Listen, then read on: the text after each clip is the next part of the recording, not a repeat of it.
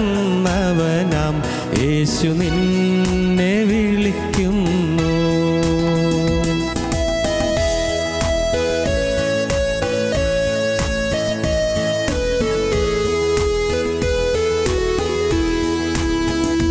മർത്യജീവിതം ക്ഷണികം, മൃത്യു വന്നിടും ഒരു നാൾ.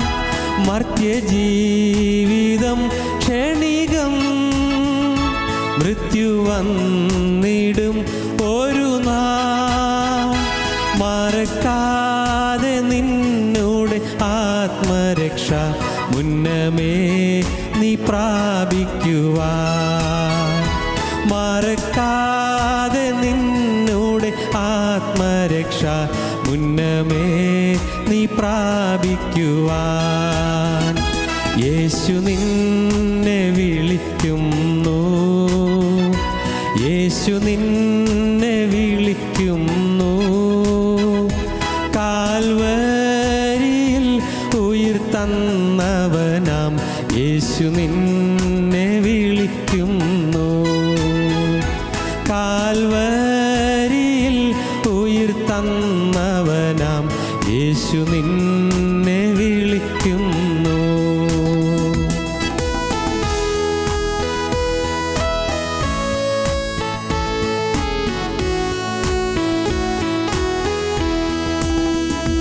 പാപത്തിൻ്റെ ഭാരത്തിനാൽ പാരം കേണു വലഞ്ഞിടുന്നോ.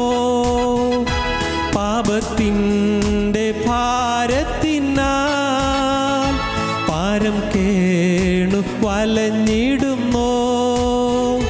പരനേശുവിൽ നിന്റെ പാപത്തിൻ്റെ പരിഹാരം കണ്ടിടുവാൻ.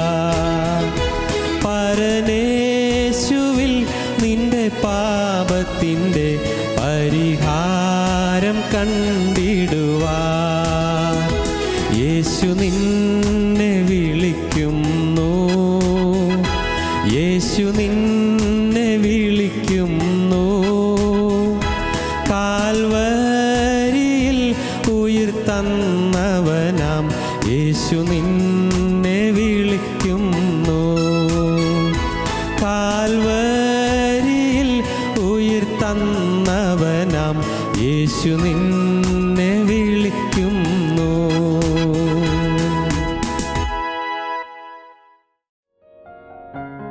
ഞങ്ങളും ക്രൂശിക്കപ്പെട്ട ക്രിസ്തുവിനെ പ്രസംഗിക്കുന്നു.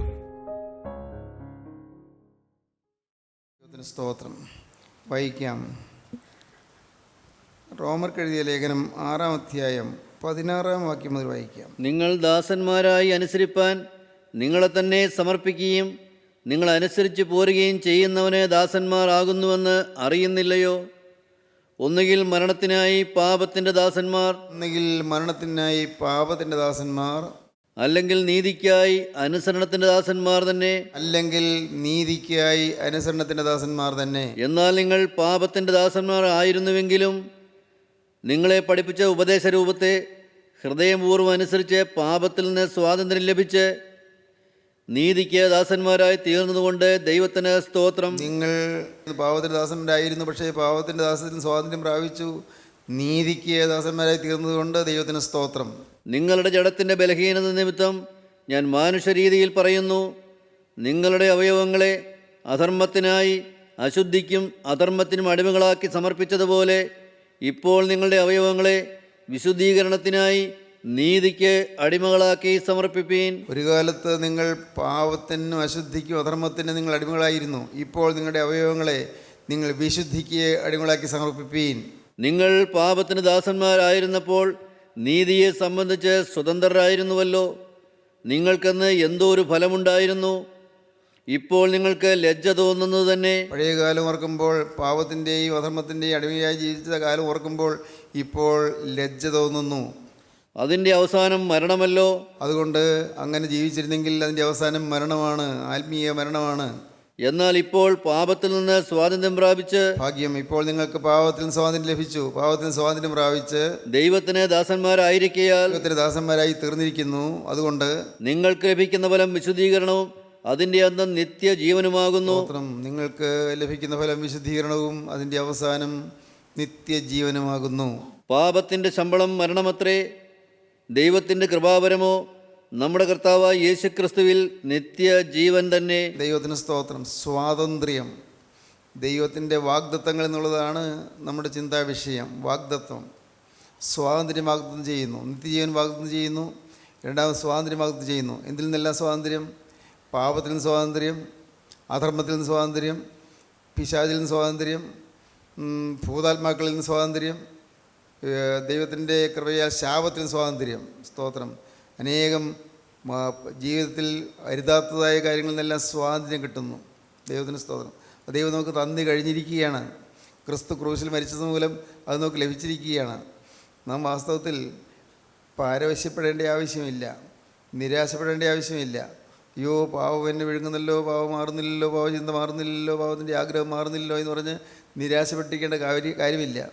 കാരണം ക്രിസ്തു ഒരിക്കലായി നമുക്ക് സ്വാതന്ത്ര്യം തന്നു കഴിഞ്ഞിരിക്കുന്നു. ക്രിസ്തു ക്രൂശിൽ മരിച്ചതിനാൽ, ക്രൂശിൽ ആണികളാൽ ബന്ധിതനായതിനാൽ നമുക്ക് പാപത്തിന് സ്വാതന്ത്ര്യം തന്നിരിക്കുന്നു. ഇതൊരു ഒരിക്കലായി നടന്ന വസ്തുതയാണ്. അത് വിശ്വസിച്ച് അംഗീകരിക്കുക എന്നുള്ളത് മാത്രമേ ആവശ്യമുള്ളൂ.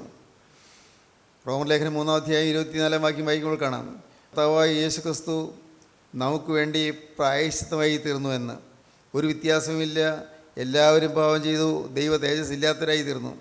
അവൻ്റെ കൃപയാൽ ക്രിസ്തു യേശുവിലെ വീണ്ടെടുപ്പ് മൂലം സൗജന്യമായി ഇത്രയും നീതീകരിക്കപ്പെടുന്നത്. സൗജന്യമായ നീതീകരണമാണ്, സൗജന്യമായി തരുന്നതാണ്. നമ്മുടെ ഏതെങ്കിലും നല്ല പ്രവൃത്തി കണ്ടിട്ടല്ല, സൽപ്രവൃത്തി കണ്ടിട്ടല്ല. മനസ്സിലാക്കാൻ നിങ്ങൾക്ക് പ്രയാസമുണ്ടോ? മനസ്സിലാക്കാവുന്ന കാര്യമേ ഉള്ളൂ. നമ്മളൊന്നും ചെയ്തിട്ട് രക്ഷപ്പെടുകയില്ല. എന്തെല്ലാം നന്മ പ്രവൃത്തി ചെയ്താലും രക്ഷപ്പെടുകയില്ല, പുണ്യപ്രവൃത്തി ചെയ്താലും രക്ഷപ്പെടുകയില്ല, എന്തെല്ലാം നല്ല കാര്യങ്ങൾ ചെയ്താലും രക്ഷപ്പെടുകയില്ല. ദൈവത്തിൻ്റെ കൃപ, ദൈവത്തിൻ്റെ ദാനം മാത്രം, സൗജന്യദാനം, സൗജന്യമാണ്. ഇന്ന് ഈ വാക്കുകൾ കേട്ടുകൊണ്ട് നിങ്ങളിവിടെ ഇരിക്കുന്നവർ മാത്രമല്ല, ദൂരദേശങ്ങളിൽ ഇന്ന് കേൾക്കുന്നവരെല്ലാവരും ഒരു കാര്യം വ്യക്തമായിട്ട് മനസ്സിലാക്കുക. പ്രിയപ്പെട്ടവരെ, ദൈവം സൗജന്യമായി ഈ രക്ഷ നമുക്ക് തന്നിരിക്കുകയാണ്. അതെനിക്ക് ലഭിച്ചു എന്ന് നിങ്ങൾ വിശ്വസിക്കണം. അത് ലഭിച്ചു എന്ന് വിശ്വസിക്കുമ്പോഴാണ് നിങ്ങൾക്ക് ദൈവത്തോട് സ്നേഹം വരുന്നത്, ക്രിസ്തുവിനോട് സ്നേഹം വരുന്നത്. ക്രിസ്തുവിനുള്ള സ്നേഹം കൊണ്ട് മാത്രമേ പാപത്തെ ജയിക്കാൻ സാധിക്കുകയുള്ളൂ. നിങ്ങൾ പാപത്തോട് എത്ര പോരാടിയാലും ജയിക്കുകയില്ല. പാപത്തോട് പോരാടിക്കൊണ്ടിരിക്കുന്നു, അയ്യോ ഇത് വരുന്നു നിരാശപ്പെട്ടുകൊണ്ടിരിക്കുന്നു, പിന്നെയും തീരുമാനമെടുക്കുന്നു, പക്ഷെ പിന്നെയും വീഴുന്നു, പിന്നെയും നിരാശ വരുന്നു. ഇങ്ങനെ മുന്നോട്ട് പോകേണ്ടതല്ല നമ്മുടെ ജീവിതം. നമ്മുടെ ജീവിതം പൂർണ്ണ സ്വാതന്ത്ര്യമായിട്ട് ജീവിക്കാവുന്ന ജീവിതമാണ്. അതുകൊണ്ട് നമ്മുടെ ജീവിതത്തിൽ നാം സൗജന്യമായി തരുന്ന കൃപ നാം കൈനീട്ടി വാങ്ങുകയാണ് വേണ്ടത്. വേറെ ഒന്നും വേണ്ട, നിങ്ങളൊന്നും ചെയ്യണ്ട, ഒരു പുണ്യപ്രവൃത്തിയും ചെയ്യേണ്ടെന്നല്ല, അതല്ല രക്ഷയ്ക്ക് ആവശ്യം.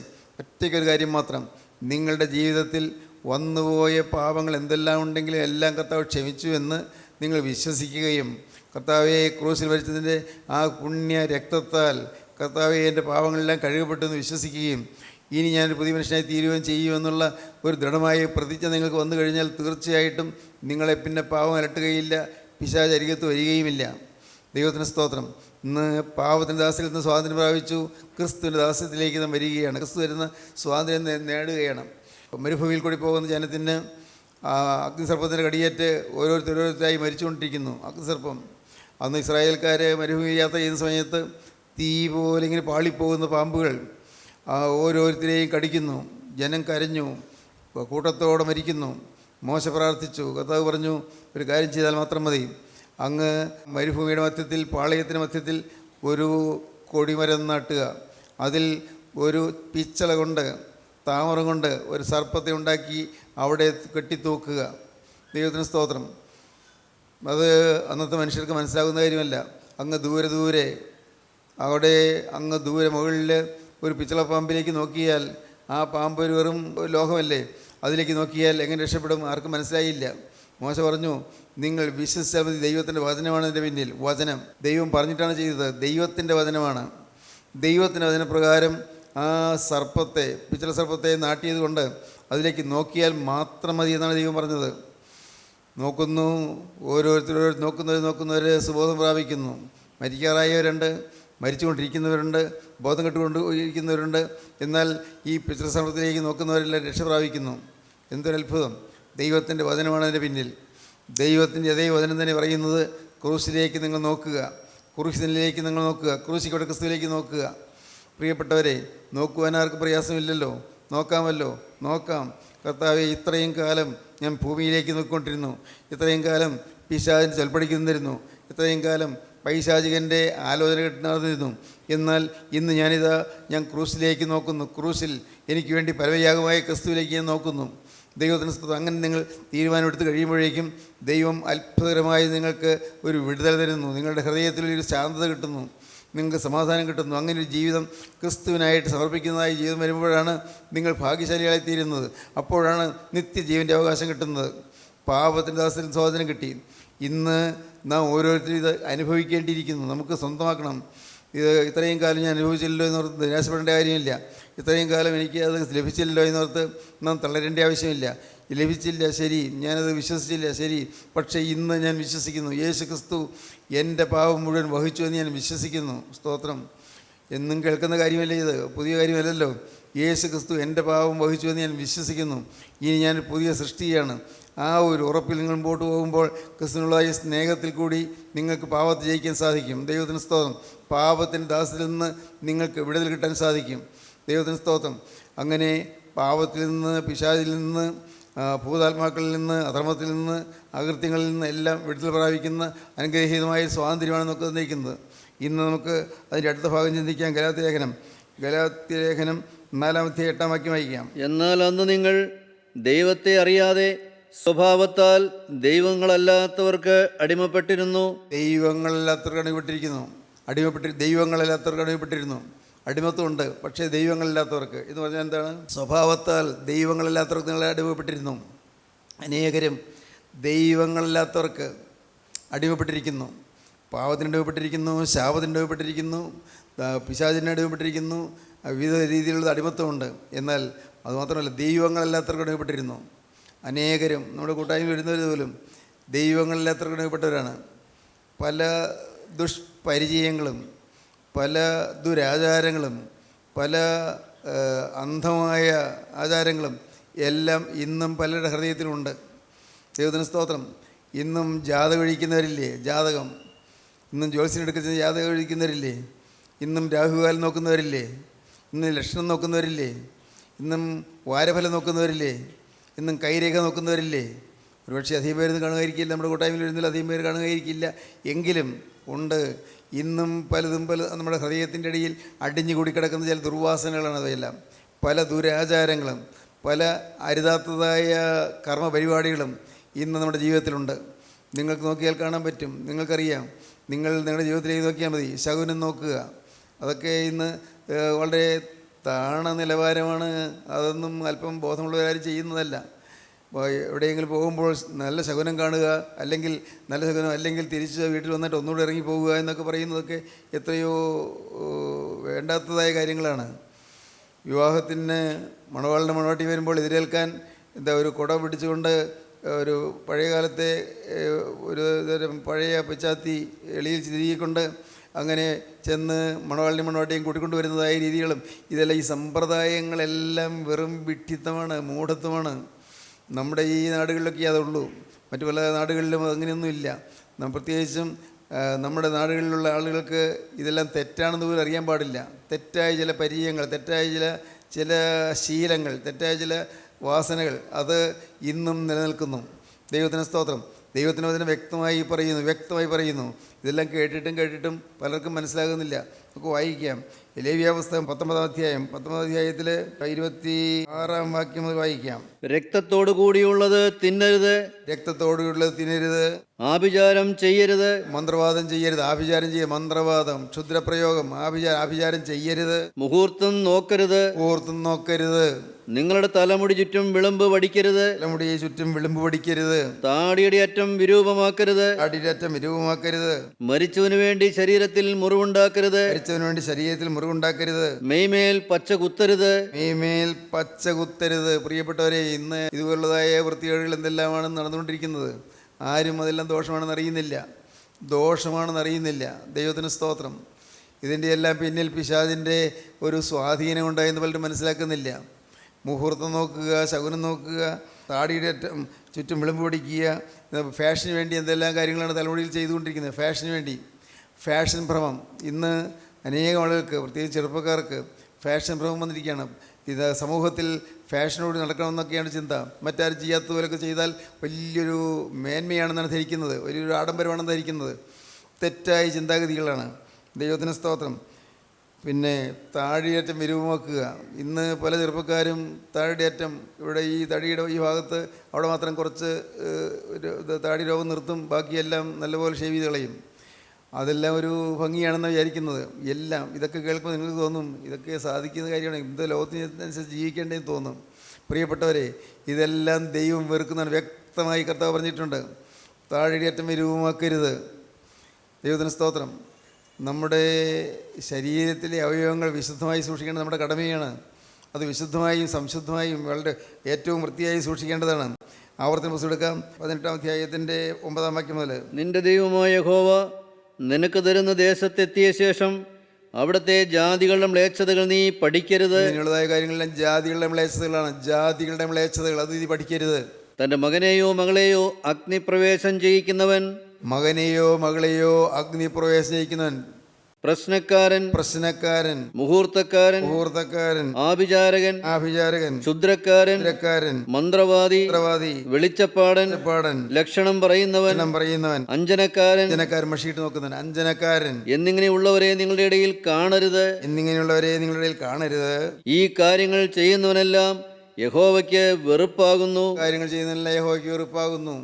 മനുഷ്യൻ വേണമെങ്കിൽ ചിന്തിക്കാം, ഇതെൻ്റെ ശരീരത്തിലുള്ള കാര്യമല്ലേ, അതിൽ പുറമേ എൻ്റെ ശരീരത്തിൽ താടി രോമങ്ങളോ അല്ലെങ്കിൽ എൻ്റെ മീശയോ അതൊക്കെ എങ്ങനെ വേണമെന്നുള്ളത് എനിക്ക് സ്വാതന്ത്ര്യമുള്ള കാര്യമല്ലേ എന്ന് തോന്നാം, ചെറുപ്പപ്പെട്ടതെങ്ങനെ തോന്നാം.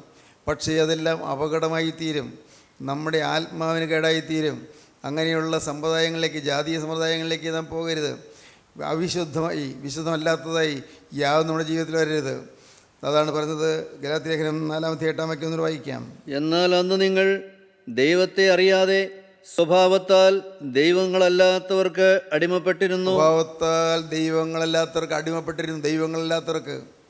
പ്രിയപ്പെട്ടവരെ, നമ്മുടെ ജീവിതത്തിൽ ഒരു സാങ്ക്ടിറ്റി വേണം, ജീവിതത്തിൽ ഒരു വിശുദ്ധി വേണം. സാങ്ക്ടിറ്റി, ജീവിതത്തിൽ വളരെ വളരെ കൃത്യമായ വിശുദ്ധി വേണം. നമ്മുടെ ജീവിതത്തിൽ ഒരു ശരീരത്തിലൊരവയവത്തിൽ പോലും അവിടെ പിശാച് അവകാശം പറയരുത്. ദൈവത്തിന് സ്തോത്രം. ഈ ശരീരം ഉയർത്തെഴുന്നേൽക്കാനുള്ള ശരീരമാണ്. നിങ്ങൾക്കറിയാമോ, നമ്മുടെ ശരീരം ഉയർത്തെഴുന്നേൽക്കാനുള്ളതാണ്. മരിച്ചു, ഉൺമറിഞ്ഞു, അത് കഴിഞ്ഞ് കർത്താവിൻ്റെ 2-ാമത്തെ വരയിൽ വിശുദ്ധന്മാർ ഉയർത്തെഴുന്നേൽക്കുന്ന കൂട്ടത്തിൽ ഈ ശരീരം ഉയർത്തെഴുന്നേൽക്കാനുള്ളതാണ്. ഈ ശരീരത്തിലെ ഒരവയവത്തിലും നിങ്ങൾ ദോഷം സംഭവിക്കാൻ ഇടവരുത്തരുത്. അവയവത്തിന് പിശാച് അവകാശം പറയാൻ ഇടവരുത്തരുത്, ഒരവയവത്തിൽ പോലും. നോക്കൂ, നിങ്ങൾ ചിന്തിച്ചാൽ കാണും, നിങ്ങളുടെ ഓരോ അവയവങ്ങളും നിങ്ങൾ ഒന്ന് മനസ്സിൽ ചിന്തിച്ച് നോക്കൂ. ഇന്ന് പിശാച് അവകാശം പറയുന്നത് എന്തെല്ലാമാണ് നിങ്ങളുടെ ഓരോ അവയവങ്ങളിലുള്ളത്. നാവിൽ, സംസാരത്തിൽ ഒരു നിയന്ത്രണമില്ലാത്ത സംസാരങ്ങൾ, കരുതലില്ലാത്ത സംസാരങ്ങൾ, മറ്റുള്ളവരെ അധിക്ഷേപിക്കുന്ന സംസാരങ്ങൾ, മറ്റുള്ളവർ തരതാഴ്ത്തുന്ന സംസാരങ്ങൾ. ഒരുപക്ഷേ തമാശ പോലെയാണ് പറയുന്നത്, പക്ഷേ അത് പൊട്ടച്ചൊല്ലും കളിവാക്കുമായി തീരുന്നു. ഇതെല്ലാം ദോഷമാണ്. വ്യാജം പറയുന്നു. നമ്മുടെ നാവ്, ഒരൊറ്റ നാവ് കൊണ്ട് തന്നെ എന്തെല്ലാം തെറ്റുകളാണ് വരുന്നത്. യാക്കോബിൻ ലേഖനം 3-ാം അധ്യായം നാം പഠിച്ചപ്പോൾ അതിനകത്ത് ഈ കാര്യങ്ങൾ പറയുന്നത് 3-ാം അധ്യായം മുഴുവൻ നാവ് കൊണ്ടുവരുന്ന പാവത്തെക്കുറിച്ചാണ് പറഞ്ഞിരിക്കുന്നത്. യാക്കോബിൻ ലേഖനം 3-ാം അധ്യായം, നാവ് അടങ്ങാത്ത ദോഷം എന്നാണ് പറയുന്നത്. നാവ് അടങ്ങാത്ത ദോഷം, അത് അടക്കാൻ വയ്യ എന്നാണ് പറയുന്നത്. കുതിരയെ കടിഞ്ഞാൻ കൊണ്ട് അമർത്താം, പക്ഷേ നാവിനെ അടക്കാൻ ആർക്ക് സാധ്യമല്ലെന്നാണ് പറയുന്നത്. നമ്മുടെ നാവ് അത് കരുതലോടുകൂടിയാണെന്ന് ഉപയോഗിക്കുന്നത്. നമ്മുടെ നാവ് വിശുദ്ധിയോടുകൂടിയാണെന്ന് ഉപയോഗിക്കുന്നത്. നാവിൽ ഒരു അക്ഷരത്തിൽ പോലും തെറ്റുപറ്റുന്ന നിർബന്ധമൊക്കെ ഉണ്ടോ? കർത്താവിന് സ്തോത്രം. എൻ്റെ നാവ് 1 യേശുവിനെ സ്തുതിക്കാനുള്ളത്, 2 യേശുവിനെ സാക്ഷിക്കാനുള്ളത്. സ്തോത്രം. ഇതിനേ ഉള്ളൂ. ഈ നാവ് ഒന്നുകിൽ യേശുവിനെ സ്തുതിക്കുക, അല്ലെങ്കിൽ ഈ നാവ് യേശുവിനെ സാക്ഷിക്കുക. ഇതാണ് നാവ്. നമ്മുടെ നാവ് അങ്ങനെ മാത്രമേ ഉപയോഗിക്കാവൂ. ആരെയും മുറിപ്പെടുത്തുന്ന വാക്കുകൾ പറയരുത്, ആരെയും താഴ്ത്തുന്ന വാക്കുകൾ പറയരുത്, ആരെയും അവഗണിക്കുന്ന വാക്കുകൾ പറയരുത്, ആരെയും തുച്ഛീകരിക്കുന്ന വാക്കുകൾ പറയരുത്. ഈ നാവ് അതിനുള്ളതല്ല. നാവ് ദൈവത്തെ സ്തുതിക്കാനുള്ള നാവാണ്. ദൈവത്തിന് സ്തോത്രം. ദൈവത്തെ വർണ്ണിക്കാൻ, ദൈവത്തെ സാക്ഷിക്കാനുള്ള നാവാണ്. നമ്മുടെ ഓരോ അതുപോലെ നിങ്ങൾ നോക്കണം, ഒന്നൊന്നായി ശോധന ചെയ്യണം. അതാണ് ഈ നമ്മുടെ ജീവിതത്തിൽ പ്രാർത്ഥന എന്നൊക്കെ പറയുന്നത്. പ്രാർത്ഥന സമയത്തിരുന്ന് ഓരോന്നായി ചിന്തിക്കണം. എൻ്റെ ഈ അവയവങ്ങൾ ഏതിലെങ്കിലും പാവം വന്നുവോ? എവിടെയെങ്കിലും പിശാച് കടിച്ചു തൂങ്ങി നിൽക്കുന്നുണ്ടോ? ദുഷ്ടപിശാചുക്കൾ അട്ട കടിച്ചു തൂങ്ങുന്ന പോലെ കടിച്ചു തൂങ്ങി നിൽക്കുന്നുണ്ട്. ജീവരക്തം വലിച്ചു കുടിക്കാൻ പിശാചുക്കൾ കടിച്ചു തൂങ്ങി നിൽക്കുന്നുണ്ടോ? ഇവിടെ എൻ്റെ ഏത് അവയവത്തിലാണ് പിശാച് കടിച്ചു തൂങ്ങി നിൽക്കുന്നത്? നോക്കൂ, ലജ്ജ വരും. ഓരോന്ന് ഓർത്താൽ നമുക്ക് ലജ്ജ വരും. അയ്യോ, ഞാൻ എവിടെയെല്ലാം പാവം ചെയ്തു പോയി, എന്തെല്ലാം തെറ്റാണ് സംഭവിച്ചു പോയത്. പ്രിയപ്പെട്ടവരെ, പിശാചിൻ്റെ പിടിയെല്ലാം മാറണം. പിശാചിൻ്റെ കയ്യിൽ സ്വാതന്ത്ര്യം പ്രാപിക്കണം. ഒരു കാര്യത്തിലും പിശാചിന് അവകാശം പറയാൻ ഉണ്ടായിരിക്കരുത്. ദൈവത്തിന് സ്തോത്രം. നമ്മുടെ അവയവങ്ങളെ ഇന്ന് ആ ദൈവങ്ങളില്ലാത്തവർക്ക് അടിമപ്പെടുത്താൻ വിട്ടുകൊടുക്കരുത്. 8-ാം വാക്യം ഒന്ന് വായിക്കാം. എന്നാൽ അന്ന് നിങ്ങൾ ദൈവത്തെ അറിയാതെ സ്വഭാവത്താൽ ദൈവങ്ങളല്ലാത്തവർക്ക് അടിമപ്പെട്ടിരുന്നു. ഇപ്പോഴോ ദൈവത്തെ അറിഞ്ഞും വിശേഷാൽ ദൈവം നിങ്ങളെ അറിഞ്ഞുമിരിക്കെ നിങ്ങൾ പിന്നെയും ബലഹീനവും ദരിദ്രവുമായ ആദിപാഠങ്ങളിലേക്ക് തിരിഞ്ഞ് അവയ്ക്ക് പുതുതായി അടിമപ്പെടുവാൻ ഇച്ഛിക്കുന്നത് എങ്ങനെ? വളരെ ശ്രദ്ധേയമായ വാക്യമാണ്. ഇപ്പോഴോ നിങ്ങൾ ദൈവത്തെ അറിഞ്ഞിരിക്കുന്നു, ദൈവം നിങ്ങളെ അറിഞ്ഞിരിക്കുന്നു. നിങ്ങൾക്ക് പിന്നെയും പഴയതിലേക്ക് പോയി വീണ്ടും അവയ്ക്ക് അടിമപ്പെടുന്നതിന് എന്തിന് നിങ്ങൾ ആഗ്രഹിക്കുന്നു? നിങ്ങളെ ദൈവം അറിഞ്ഞു, ദൈവം നിങ്ങളെ അറിഞ്ഞു. നിങ്ങൾ ഇനിയും പഴയതിലേക്ക് പോകരുത്, പഴയതിലേക്ക് തിരിയരുത്, പഴയ ബന്ധനങ്ങളിലേക്ക് പോകരുത്. നിങ്ങൾക്ക് സ്വാതന്ത്ര്യം തന്നിരിക്കുന്നു. ദൈവങ്ങളില്ലാത്തവർക്ക് അടിമപ്പെട്ടിരുന്നു. പ്രിയപ്പെട്ടവരെ, എന്തെല്ലാം അബദ്ധങ്ങളാണ് ഇന്ന് മനുഷ്യൻ കാട്ടിക്കൂട്ടുന്നത്. ഞാൻ ഓർക്കുന്നു, എൻ്റെ ചെറുപ്രായത്തിൽ ഇവിടെ ദുരിതവും ദുഃഖവും എല്ലാം വേദനയുമായിരുന്ന ആ കാലങ്ങളിൽ അമ്മ നേർന്നു. പിറവംപള്ളിയിൽ പോയി 3 വൈദ്യങ്ങൾ നേർച്ച കഴിക്കണമെന്ന്. എനിക്ക് 12 വയസ്സ് പ്രായത്തിലാണ് ഞാനത് ചെയ്യാൻ പോയത്. ഇവിടെ അടുത്ത ഒരു വല്യപ്പൻ, അദ്ദേഹം ജോലി കാര്യങ്ങളൊക്കെ സഹായിക്കാനുള്ള ആളാണ്. അദ്ദേഹത്തെ കൂട്ടിക്കൊണ്ട് കോഴിയും മറ്റ് സാധനങ്ങളൊക്കെ ആയിട്ട് നടന്ന് പിറവം വരെ പോയത് എനിക്ക് ഓർമ്മയുണ്ട്. പിറവംപള്ളിയിലെ 3 വൈദ്യങ്ങളുടെ നേർച്ച, കുന്നിക്കുട്ടി പള്ളിയിലെ 3 വൈദ്യങ്ങളുടെ നേർച്ച. കുന്നിക്കുട്ടി പള്ളിയിൽ അവിടെ ഗീവരി സഹതായിക്ക് പാമ്പും പുറ്റും നേർച്ച അർപ്പിക്കുക. പാമ്പും പുറ്റും ലോഹം കൊണ്ട്, ചെമ്പ് കൊണ്ടോ പിന്നെ അതിൻ്റെ മുട്ട വെള്ളി കൊണ്ട് അങ്ങനെയൊക്കെ ഉള്ളതൊക്കെ ഉണ്ടാക്കി അതെല്ലാം കൊണ്ടുപോയി മൂപ്പരുടെ അടുക്കൽ പോയി ഉണ്ടാക്കി അത് കൊണ്ടുപോയി അവിടെ ചെന്ന് ഭരണത്തിലിടുക, ആൾ രൂപം ഭരണത്തിലിടുക. ഇതെല്ലാം വ്യർത്ഥമായ കാഴ്ചകളാണ്. ദൈവം പ്രസാദിക്കുന്നില്ലെന്ന് മാത്രമല്ല, ഇതിൽ നിന്നെല്ലാം നാം വിട്ടുമാറേണ്ടിയിരിക്കുന്നു. പ്രിയപ്പെട്ടവരെ, കേൾക്കുമ്പോൾ നിങ്ങൾക്ക് പ്രയാസം തോന്നുന്നു എനിക്കറിയാൻ പാടില്ല. ചിലരെങ്കിലും ചിലപ്പോൾ തെറ്റിച്ച് വിളിക്കുന്നുണ്ടാകും. ഇതെല്ലാം പാപമാണ്, അധർമ്മമാണ്, ജാതീയ സമ്പ്രദായങ്ങളാണ്. ജാതീയ സമ്പ്രദായങ്ങളിൽ നിന്ന് മാറുക. എല്ലാറ്റിൽ നിന്നും അങ്ങനെയുള്ളതായി പിശാച് അവകാശം അറിയുന്ന എല്ലാറ്റിൽ നിന്നും മാറുക. ദൈവത്തിൻ്റെ കാര്യമല്ല ചിന്തിക്കും. കുരിശ് കൊണ്ടുവന്ന് വീടിൻ്റെ 4 മൂലയ്ക്കും നടക്കലിൻ്റെ ചുവട്ടിലെല്ലാം കുരിശ് കുഴിച്ചിടും. ഇതിനെ പിശാച് വരാതിരിക്കാൻ എന്നാണ് പറയുന്നത്. എല്ലാം വിഗ്രഹസേവയാണ്. കുരിശ് നല്ലതാണ്, പക്ഷേ കുരിശ് നിങ്ങളുടെ വീടിൻ്റെ അടിയിൽ ഇട്ട് എന്നുള്ള പ്രയോജനമില്ല. കുരിശ് നിങ്ങളുടെ ഹൃദയത്തിലാണ് വരേണ്ടത്. ക്രൂശ് തന്നെ നിങ്ങളുടെ ഹൃദയത്തിലാണ് വരേണ്ടത്. ക്രൂശിക്കപ്പെട്ട ക്രിസ്തു നിങ്ങളുടെ ഹൃദയത്തിൽ വരണം. ഇതിങ്ങനെയുള്ള ചില കർമ്മ പരിപാടികൾ കൊണ്ട് ദൈവം പ്രസാദിക്കില്ലെന്ന് മാത്രമേ ദൈവം ദുഃഖിക്കും. നിങ്ങളുടെ മേൽ ദൈവത്തിൻ്റെ കോപം വരും. അതുകൊണ്ട് ഇതൊന്നും ആളുകൾ അറിയുന്നില്ല. അതുകൊണ്ടാണ് പറഞ്ഞു തരുന്നത്. അനേകർക്ക് അറിഞ്ഞുകൂടാ. ഇന്നും ഇങ്ങനെയുള്ള അന്ധവിശ്വാസങ്ങൾ അനുഭവപ്പെട്ട അനേകം പേര് നമ്മുടെ കൂട്ടായ്മയിൽ വരുന്നുണ്ട്. അനേകം പേര് ഇതുപോലെ അന്ധവിശ്വാസങ്ങൾ അനുഭവപ്പെട്ട് കിടക്കുന്നവർ ദൈവങ്ങളില്ലാത്തവർക്ക് അനുഭവപ്പെട്ടിരുന്നു. ദൈവത്തിന് സ്തോത്രം. ഇന്ന് സ്നേഹിതരെ, ഞാൻ നിങ്ങൾ പറയട്ടെ, നിങ്ങളുടെ ജീവിതത്തിൽ എന്തെല്ലാം ഉണ്ട് തിരുത്താനെന്ന്. അധർമ്മത്തിന്, ദൈവങ്ങളില്ലാത്തവർക്ക് അനുഭവപ്പെട്ടതായ അധർമ്മത്തിന് എന്തെല്ലാം നമ്മുടെ ജീവിതത്തിൽ സ്ഥാനമുണ്ടായി നിങ്ങൾ ചിന്തിച്ച് നോക്കണം. എന്തെല്ലാം ഉണ്ട്. എല്ലാം തൂത്തെറിയണം, എല്ലാം പറിച്ചെറിയണം. കർത്താവിന് സ്തോത്രം. എല്ലാ വർഷവും ഒരു ദിവസം, മിക്കവാറും അത് ഈസ്റ്ററിൻ്റെ ദിവസമാണ്, ഉയർപ്പ് പെരുന്നാളിൻ്റെ ദിവസം, അന്ന് ഇവിടെ നേർച്ച കഴിക്കുമായിരുന്നു. ഊട്ട് കഴിക്കുമായിരുന്നു. ഊട്ട് കഴിക്കുന്നത് ഗീവരസതയ്ക്ക് ഉള്ള ചാത്തമാണ്. ഗീവരസതയുടെ ചാത്തം കഴിക്കുന്നു, ഊട്ട് കഴിക്കുക. അതെല്ലാം അന്നൊക്കെ അതാണ് ഭക്തി എന്നൊക്കെ വിചാരിച്ചിരുന്നു. കുറേ കാര്യങ്ങൾ ചെയ്ത് ഭക്തിയാണെന്ന് വിചാരിച്ചിരുന്നു. പക്ഷേ ദൈവം കൃപ ചെയ്ത് എനിക്ക് മാനസാന്തരം കിട്ടിയതിന് ശേഷം അതങ്ങ് നിർത്തിക്കളഞ്ഞു. അത് വേണ്ട എന്ന് വെച്ചു. അമ്മയ്ക്ക് ആദ്യം പേടിയായിരുന്നു. അത് വേണ്ടെന്ന് വെച്ചാൽ തെറ്റല്ലേ എന്നൊക്കെയായിരുന്നു അമ്മ ചിന്തിച്ചിരുന്നത്. പക്ഷേ ഞാൻ പറഞ്ഞു, വേണ്ട, അതൊന്നും നമുക്ക് വേണ്ട. പിന്നെ അതുകൊണ്ട് വളരെ ശക്തമായി തന്നെ ആ കാര്യത്തിൽ ഞാൻ നിന്നു. അതുകൊണ്ട് ഇവിടെ നിന്ന് അങ്ങനെയുള്ള വേണ്ടാതനങ്ങളെല്ലാം മാറി. ദൈവത്തിന് സ്തോത്രം. അതുകൊണ്ട് മാറിയോ? പോയില്ല. അതുകൊണ്ട് മാറിയാലും ഹൃദയം നന്നാവണ്ടേ? ഹൃദയം നന്നാവണമെങ്കിൽ പരിശുദ്ധാത്മാവ് വരണ്ടേ? അങ്ങനെ നമ്മുടെ ജീവിതത്തിൽ അധർമ്മം മാറണം, ദൈവങ്ങളില്ലാത്തവർക്ക് അടിമപ്പെട്ടിരിക്കുന്ന അടിമത്വം മാറണം, ദാസ്യം മാറണം. നമ്മുടെ ജീവിതത്തിൽ സാക്ഷാൽ സ്വതന്ത്രരായിത്തീരണം. പുത്രൻ നിങ്ങൾക്ക് സ്വാതന്ത്ര്യം വരുത്തിയാൽ നിങ്ങൾ സാക്ഷാൽ സ്വതന്ത്രരാകും.